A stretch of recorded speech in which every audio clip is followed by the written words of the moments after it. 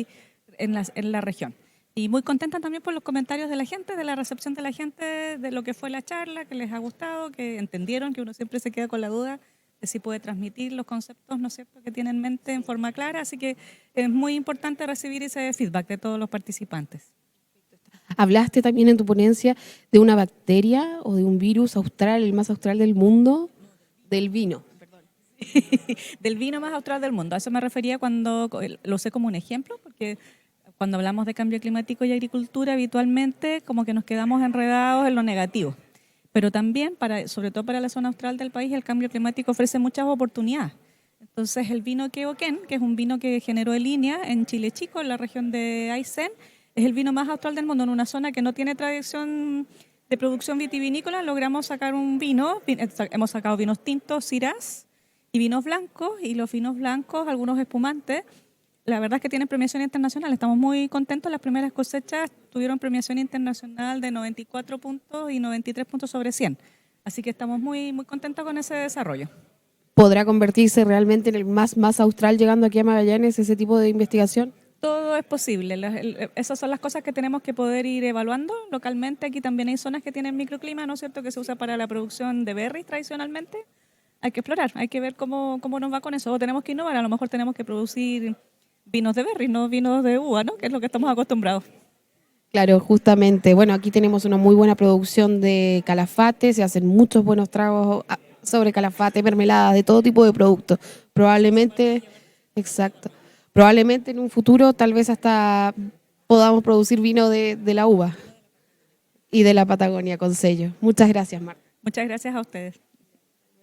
Bueno, ya la gente está entrando, estamos a segundos de comenzar o de seguir con esta segunda tanda de exposiciones, así que los vamos a dejar un segundo mientras todos se acomodan para volver en un ratito más con los expositores.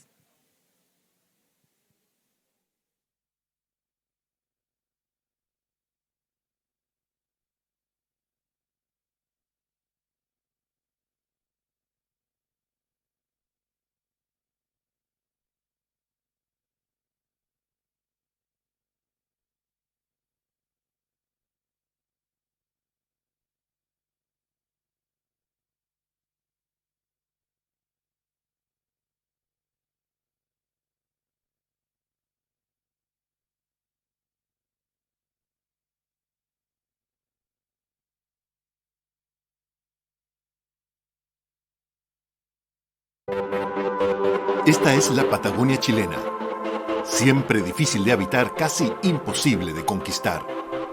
Desde los primeros intentos por establecer poblamiento europeo y chileno, se buscó aprovechar los recursos naturales de la zona. Sin embargo, solo el ingreso de tecnología y nuevos métodos de cultivo permitieron que, bien entrado el siglo XIX, los colonos lograran establecer producciones agrícolas. La ganadería, pero también el cultivo de la papa, entre otras hortalizas, cruzaban la vida diaria del grupo de aventureros colonos que poblaron el sur de Chile. En la década del 60 en Magallanes era evidente la necesidad de contar con un organismo técnico que se ocupara de la investigación e innovación en el agro regional. Es así como, en 1969, se crea INIA Campenaique, la sede local del Instituto de Investigaciones Agropecuarias. En 1974, el INIA conforma la actual estación experimental INIA Campenaique, disponiendo de 10.000 hectáreas para realizar su labor. Han transcurrido 50 años, con el esfuerzo, dedicación y compromiso de un gran equipo humano. La ganadería ovina ha sido uno de los principales focos de investigación del INIA Campenaique, destacándose la creación de uno de los primeros núcleos de mejoramiento genético de la raza Corrider, la incorporación de la esquila preparto y técnica Tally High, así como el acondicionamiento de lana en galpón, el desarrollo de estrategias nutricionales y evaluación de razas carniceras. Por otra parte, el diagnóstico de gestación precoz por ecografía, que se realizaría en más de 200.000 vientres anualmente, y la determinación de causas de mortalidad al parto, ha llevado a establecer manejos que han disminuido sobre un 30% la mortalidad de corderos mellizos al parto. También, en un estudio de INIA Campenaique, se determinó las cualidades nutritivas de la carne del cordero magallánico, el que, debido a sus altos contenidos de hierro y zinc, ha servido al sector industrial para diferenciarse en el mercado exportador. En los 90 se introducen camélidos domésticos, llamas y alpacas desde el norte grande, con excelentes respuestas reproductivas y productivas en el ambiente patagónico. Iña Campenayque se ha destacado en la creación del día. Para encontrarse con algunos que ya se han encontrado en otros seminarios, talleres, entre otras cosas, vinculadas directamente con Iña Campenayque. No olvidarnos igual que tenemos a tres stands que el día de hoy se encuentran. Los voy a mencionar, a lo mejor no tuvieron la oportunidad de conversar con ellos, de conocer cuál es su motivación, su fecha de creación y cómo fue este camino hasta llegar a obtener este producto.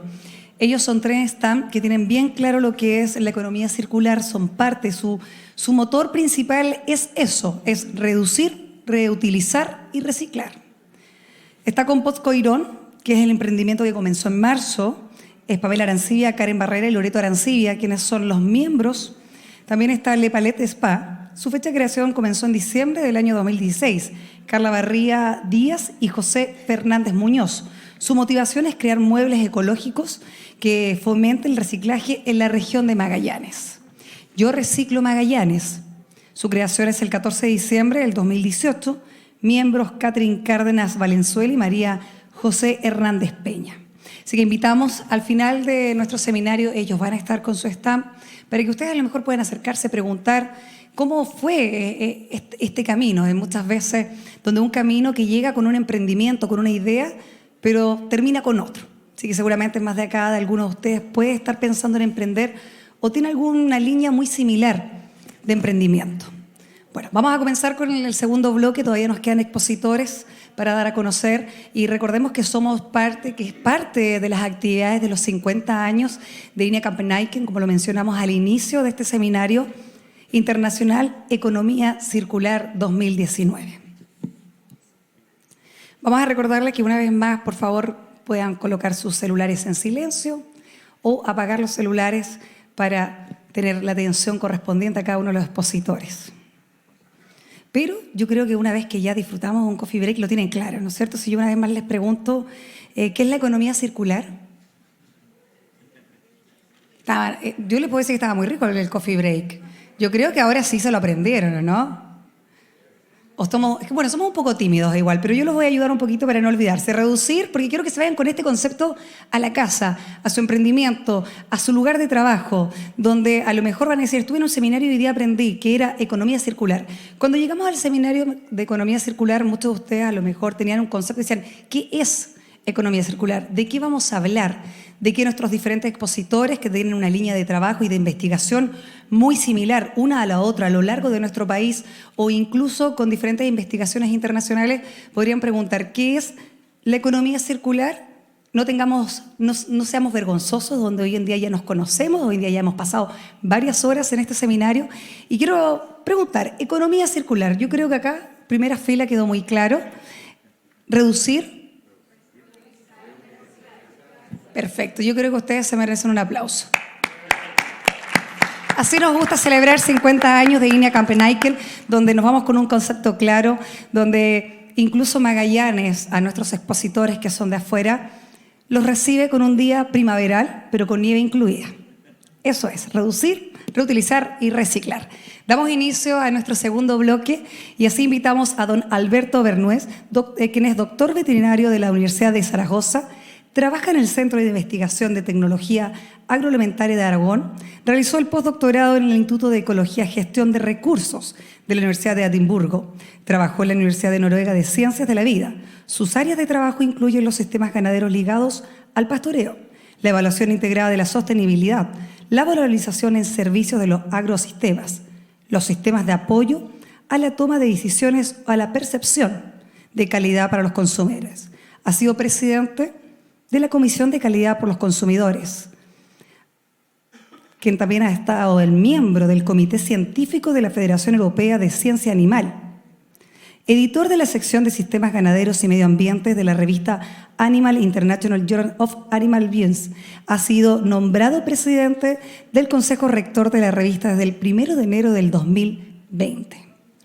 Su presentación es Ganadería y Economía Circular, una perspectiva medioambiental en sistemas ovinos medioterrenales.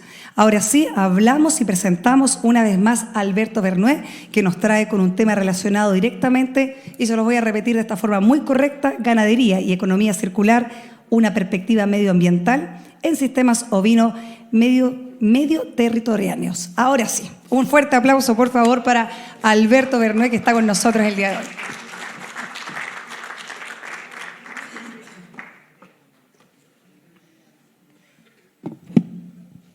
Bueno, pues muy buenas tardes a todos y a todas.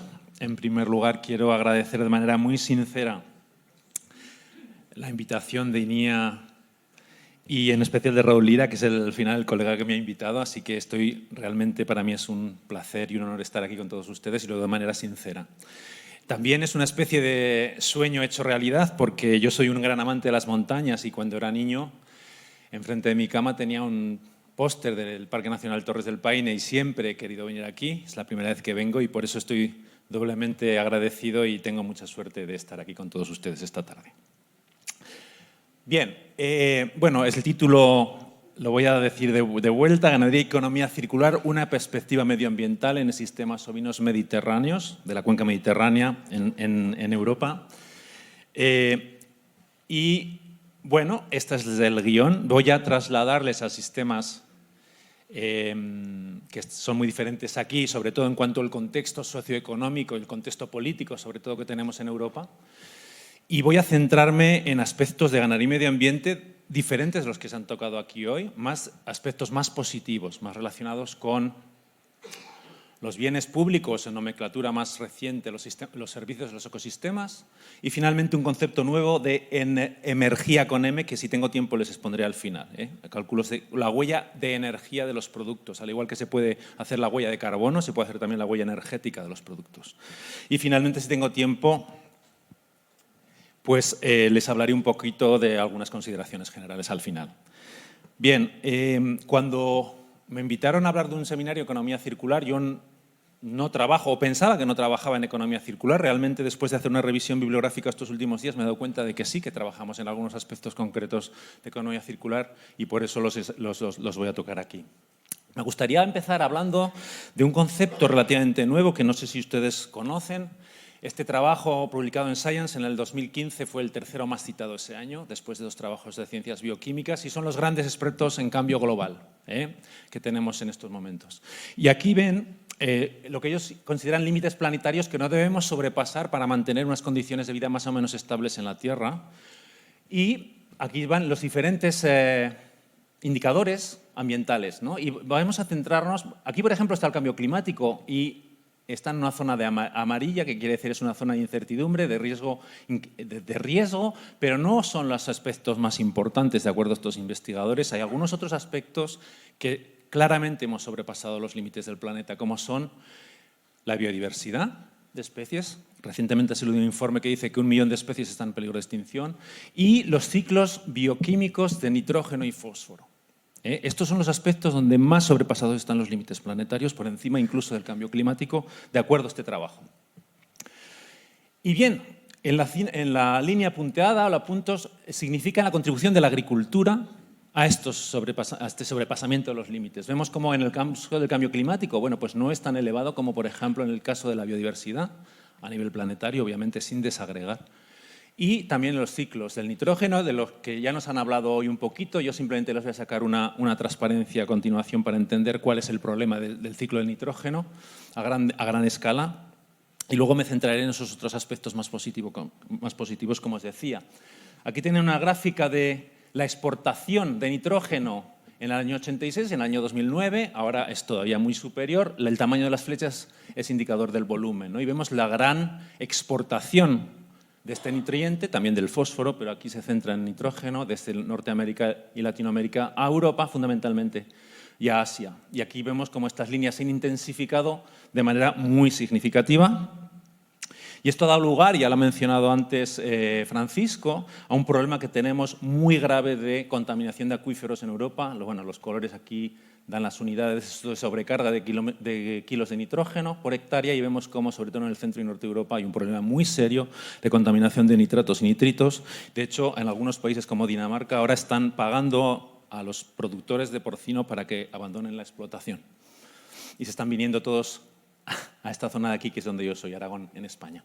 Así pues, es un problema de una minería de nitrógeno de estos países hacia Europa y hacia Asia, que está dando problemas francamente muy importantes de contaminación. Es un sistema muy lineal y por eso esto viene un poco muy bien para ilustrar el problema que tenemos de la disrupción de los ciclos, que es lo que pretende de algún modo solucionar la economía circular. Bueno, hay muchas gráficas que representan, ya se ha dicho, no voy a incidir, de una economía lineal, una economía del reuso, que está basada en el reciclado, a una economía circular que se basa en esos tres principios, como también nos han repetido muchas veces hoy, pero que sobre todo en una reducción del uso de insumos y en una reducción de los residuos. Aquí los residuos no están, pero obviamente es imposible no tener residuos. Hay componentes de los materiales que es imposible reciclar, sobre todo en las tecnologías, ¿no? En los aparatos tecnológicos que utilizamos hoy. Bueno, de algún modo se trata de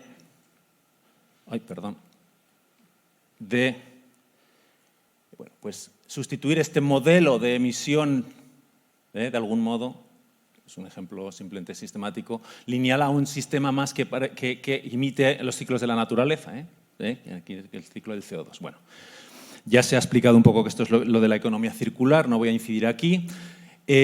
Bueno, en la Fundación Ellen MacArthur, que es de las primeras que ha trabajado estos temas, aquí hay algunas de las definiciones. Sería una manera nueva de diseñar, hacer y utilizar cosas dentro de estos límites planetarios que os comentaba en la primera diapositiva, y por eso lo he sacado, porque es un concepto que pues es crecientemente importante, ¿no? Entonces se trata de regenerar los sistemas naturales, de esto hablaré yo un poquito hoy, diseñar para no tener residuos y no tener contaminación, y mantener todos los productos, todos los materiales y todos los productos ya elaborados en reuso, en circulación. Haciendo una revisión bibliográfica, como les decía, bueno, pues en la ganadería, ¿qué supone esto, no? La verdad es que hay muchas definiciones. Algunas de ellas han sido ya bastante criticadas, como ha dicho también el ponente anterior, porque no se imbrica suficientemente bien con aspectos generales de sostenibilidad o de gobernanza. Pero bueno, digamos que casi todas las definiciones coinciden en que se trata de preservar los principios, podríamos decir, sería preservar el capital natural mediante flujos renovables, minimizar el uso de insumos. Y yo hablaré hoy un poquito, si tengo tiempo, de, por ejemplo, la energía fósil, que es un problema crecientemente importante, ¿no? Porque al fin y al cabo la energía fósil es el principal responsable del acúmulo de gases de efecto invernadero en la atmósfera.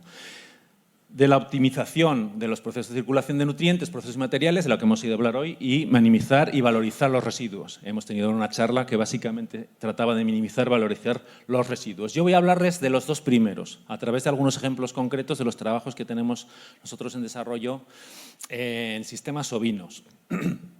Así pues, hablaré un poquito del capital natural a través del concepto de servicios de los ecosistemas y de minimizar el uso de insumos o de cómo medir el uso de insumos y, en este caso, la energía. Vale. Bueno, producción animal y medio ambiente, una pequeña diapositiva o un par de diapositivas, porque el tema es muy complejo, ¿eh? No solo se trata de hablar de emisiones, que hemos visto aquí hoy, de residuos de nitrógeno, fósforo, fundamentalmente, pero también de aspectos que se han mencionado, como la biodiversidad, el paisaje, la prevención de incendios forestales, por ejemplo, que es un aspecto clave en España y, bueno, y en otros países, como estamos viendo recientemente, ¿no? Pero en España es una precaución muy importante. Así pues, vamos a hablar un poco de eso. Todo sale, bueno, esto ya lo conoceréis, es el famoso informe de la larga sombra de la ganadería de la FAO de 2005, en el que viene a decir, bueno, pues todos los aspectos negativos. Aquí es el famoso informe que dice que la ganadería contribuye al 18% del total de emisiones, aunque luego se ha bajado a un 16% aproximadamente. Pero tiene también aspectos muy importantes de degradación de la tierra y deforestación, contaminación de suelos y agua, pérdida de biodiversidad. Es un driver, como dicen los ingleses, muy importante en estos aspectos ambientales, pero este mismo informe también identifica aspectos positivos, fundamentalmente ligados a los sistemas extensivos basados en pastoreo, que es de lo que yo les voy a hablar aquí hoy, o de bajos insumos, conservación del paisaje, biodiversidad, prevención de riesgos ambientales, incendios, inundaciones, erosión, etc.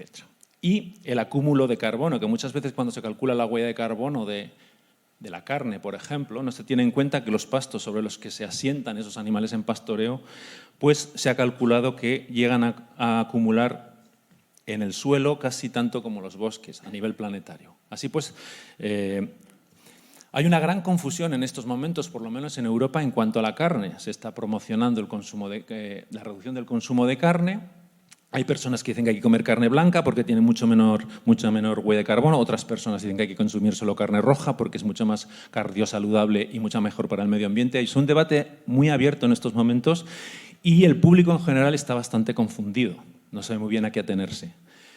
Y un poco la razón es porque los sistemas de producción son muy diferentes.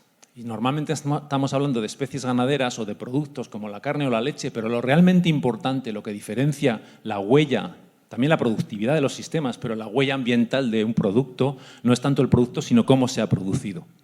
Y aquí tenemos, por ejemplo, los sistemas principales europeos en cuanto a clasificados, tanto ganaderos como agrícolas, y su contribución o potencial para contribuir a la provisión de bienes públicos. En Europa, todo el mundo está de acuerdo en que la agricultura es multifuncional. No solo produce alimentos, produce otras muchas cosas, como por ejemplo paisaje, biodiversidad, etc., ¿no? En eso está todo el mundo de acuerdo. Lo que ocurre es que diferentes sistemas tienen diferente potencial de contribuir a esa economía del bien común que nos decían antes. Diferentes sistemas de producción tienen diferentes capacidades de producir bienes públicos. Y entonces aquí tenemos los de mayor capacidad de producción de bienes públicos, que son los sistemas extensivos, outdoor, o sea, como aquí, más outdoor que esto no puede ser, los sistemas ovinos aquí en Patagonia, sistemas silvopastorales o sistemas mixtos de cultivo extensivo y ganadería. Mientras que los de menor capacidad de producir bienes públicos son los sistemas de invernadero o los sistemas industrializados, los sistemas de cero pastoreo. Así pues, diferentes sistemas de producción, diferentes productividades, pero también diferentes implicaciones medioambientales y a la larga también sociales. Vale, pues entonces la idea un poco clave, antes de pasar en materia de las dos cosas que os quiero hablar, es eso, que los sistemas de producción son muy diferentes y entonces eso es lo que va a delimitar, de algún modo, su huella ambiental. Vale, entonces vamos a hablar del concepto de servicios de los ecosistemas y lo voy a definir en primer lugar. Estos son fotos de sistemas, bueno, estos de las montañas en los Pirineos, sistemas ovinos de pastoreo. Los servicios de los ecosistemas es un concepto relativamente viejo ya, aunque es en el 2005, en la evaluación de los ecosistemas del milenio de Naciones Unidas, donde se establece formalmente. Y supone, los servicios de los ecosistemas son todos los beneficios directos e indirectos que los humanos obtenemos de la naturaleza y de los ecosistemas, incluyendo los agroecosistemas. Toda explotación ganadera o agrícola puede considerarse como un agroecosistema más o menos intervenido por el hombre. Y son de diferente naturaleza, hay una taxonomía de aprovisionamiento, productos, pues por ejemplo, la carne, la lana, la leche, la madera, etc. De regulación, aquellos servicios que nos ayudan a regular los procesos, por ejemplo, climáticos, la prevención de la erosión, de las inundaciones, la purificación del agua, etc. Sistemas de soporte, que son aquellos que son básicos para la vida, la fotosíntesis o la creación del suelo, sin los cuales pues, la vida no sería posible. Y finalmente los culturales, que son muy importantes, por lo menos en el ámbito europeo, y yo creo que aquí también en Latinoamérica y en Chile, ¿no? Son los beneficios no materiales, los valores espirituales, recreativos, estéticos, etcétera, de los agroecosistemas en este caso. Bueno, la bibliografía. ¿Cuáles son estos servicios más importantes de la ganadería en pastoreo? Pues la bibliografía nos dice que son generalmente dentro de la categoría de aprovisionamiento serían los productos de calidad diferenciados al territorio, marcas de calidad ligadas al territorio de donde son producidos estos productos.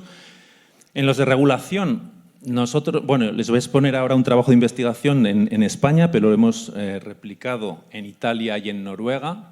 Y entonces, dependiendo del contexto, son unos u otros. Pero en España, como les comentaba, eran los incendios forestales, son muy importantes. Tenemos un gravísimo problema, muy acentuado además ahora con el cambio climático, por el abandono. Estamos en un contexto muy diferente en España y en Europa en general. Hay un contexto de abandono de la agricultura tradicional. Hay grandes áreas que están totalmente abandonadas. Y eso está provocando un cambio de la vegetación y un mucho mayor riesgo de incendios forestales de enorme dimensión. Y hay vidas humanas en juego, etc. En otros países es la calidad del agua. En Italia no salió, por ejemplo, la calidad del agua. En Noruega era la fertilidad del suelo. De soporte, casi todo el mundo coincide, y esto es paradójico y me detendré un poquito en la biodiversidad, como la ganadería o determinadas maneras de hacer ganadería no solo no son perjudiciales para la biodiversidad, sino que son beneficiosas para la biodiversidad.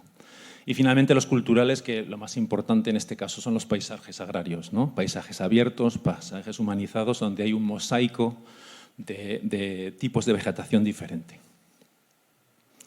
Vale, pues estos serían los principales bienes públicos, si se quiere, aunque no todos son públicos, pero bueno, los principales servicios de los ecosistemas ligados a la ganadería en pastoreo. La biodiversidad, esto que a veces la gente se sorprende porque todo el mundo o mucha gente puede pensar que cualquier explotación ganadera o agrícola va a suponer indefectiblemente una reducción en los niveles de biodiversidad. Pues no tiene por qué ser así. En Europa, y en esto casi todos los estudios coinciden, tenemos dos drivers, dos factores principales que desencadenan la pérdida de biodiversidad. Una es la intensificación de la agricultura, explotaciones mucho más grandes, mucho más intensivas, menos diversificadas. Y por otro lado, el abandono de esos sistemas agrarios de alto valor natural. Esto es lo que significa, son sistemas agrarios de alto valor natural, que en Europa estamos hablando de aproximadamente el 40% de la superficie agraria, ligadas a montañas, zonas esteparias, zonas áridas y semiáridas, etc., ¿no? Bueno, pues resulta que los mayores índices de biodiversidad en Europa están en estas zonas agrarias de alto valor natural. Esa coevolución de las actividades humanas tradicionales y de los ecosistemas no solo no ha producido decrementos, sino que ha supuesto mayores niveles de biodiversidad. Y estos sistemas de alto valor natural, la mayor parte de ellos es lo que nosotros denominamos pastos permanentes. Así pues, hay una relación directa entre la ganadería sobre pastos, ganadería extensiva, y los mantenimientos de mayores índices de biodiversidad. Vale. ¿Cuál es el problema de estos bienes públicos, de estos servicios de los ecosistemas?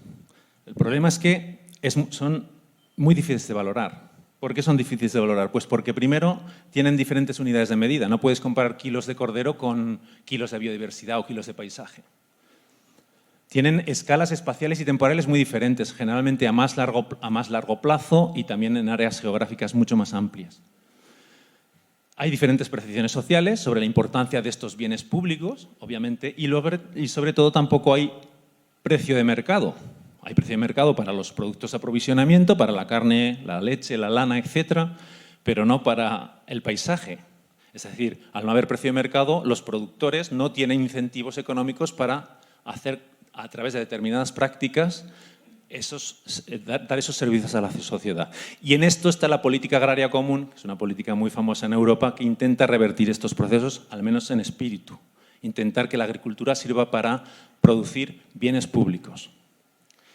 Bueno, entonces, nosotros lo que hemos hecho es trabajar en la valoración de estos bienes públicos a través de una valoración biofísica, que también se puede hacer una valoración sociocultural y una valoración económica. Y les voy a poner un poco, de manera muy reducida, cómo trabajamos estos temas. Bueno, valoración biofísica, lo que hacemos es medir con jaulas de exclusión, supongo que esto también se ha hecho aquí en alguna ocasión, estoy seguro de que sí, la vegetación dentro de estas jaulas donde los animales no tienen acceso y donde sí que tienen acceso, y medimos la cubierta vegetal, árboles, arbustos y herbáceas, la biomasa, la calidad, las especies, etc. Y nos hemos dado cuenta, en algunas zonas no es así, pero en este parque natural en concreto hemos trabajado intensamente, pues que en estos momentos, esto es la evolución de la biomasa arbustiva por hectárea, ya vemos que es lineal, en la zona excluida del pastoreo, y en la zona pastada, pues lo que está ocurriendo es que de algún modo se aligera este incremento, pero no se detiene. Es decir, la carga pastoral a día de hoy no es suficiente para detener una dinámica de la vegetación que va a tender a cerrar al paisaje, a matorralizarse y a ser muy susceptible al riesgo de incendios forestales. Y esto es lo que se quiere evitar. Entonces aquí vemos una ilustración que a veces una imagen vale más de 1000 palabras, ¿no? La diferencia entre una zona excluida al pastoreo al cabo de 5 años y una zona donde los animales están pastando. Por supuesto, el riesgo de incendio es mayor aquí, es mucho más difícil su extinción, también el color es diferente, todo es diferente. El atractivo turístico también. Estamos hablando además de zonas de un grandísimo atractivo turístico. Y esto lo podemos llevar a escala de paisaje. Esto es una foto real de un pueblito de este parque natural. Y esta foto real, en función de cómo sean las políticas agrarias, pues va a tender a una situación que está ocurriendo de abandono y cómo la vegetación está cada vez, el bosque está incrementándose cada vez más y rodea a los pueblos y cada vez hay menos cultivos alrededor de los pueblos y hay un riesgo muy importante en caso de incendio de que los pueblos tengan un problema muy serio. O un paisaje que nosotros llamamos, por ejemplo, de sostenibilidad, en el que se promociona la diversificación de cultivos, la producción agraria, etc., ¿no? Así que de la escala animal podemos de algún modo extrapolar lo que ocurría con los paisajes en función de cuál sea el uso agroganadero. De un poco este sería hacia donde las políticas, en teoría, nos deberían de llevar y, sin embargo, no está siendo así. Vale, hemos visto la valoración biofísica. Se puede valorar el efecto del ganado en la vegetación y en el paisaje. También se puede hacer una valoración sociocultural, qué es lo que piensa la gente de estos asuntos, ¿no? Y hemos trabajado, ya digo, les pongo el caso español, pero hemos trabajado en 3 países en este proyecto. Y entonces vemos ganaderos y ciudadanos, aquí en oscuro, lo que piensan los ganaderos en dinámicas de grupo, con ciudadanos y con ganaderos, hemos hecho varias réplicas, y aquí es un poquito la importancia relativa que dan ellos a cada uno de estos aspectos. Y vemos cómo, curiosamente, lo que nos decía la literatura es lo que piensa la gente. ¿Veis? Aquí la producción de alimentos siempre en términos de calidad, no de cantidad. La prevención de incendios forestales, en el caso español, bueno, esta es la nomenclatura de servicios de los ecosistemas, la nomenclatura oficial, podríamos decir, el mantenimiento de la biodiversidad o el aspecto estético del paisaje, la vegetación. Así pues, estos son los aspectos que la gente identifica como más importantes en cuanto a las relaciones entre ganadería extensiva o basada en pastoreo y esos bienes públicos que demanda la sociedad.